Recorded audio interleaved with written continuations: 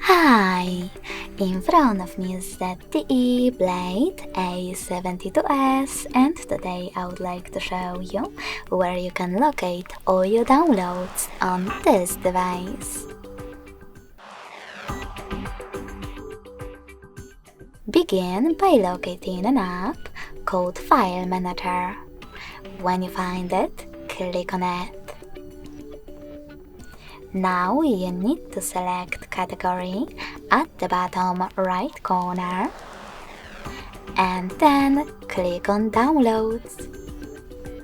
After that, hit Downloads again, and as you can see, all my downloaded files are over here. If you want to access one, just click on it. Then tap on Choose Once or Always. You can also tap on one of those apps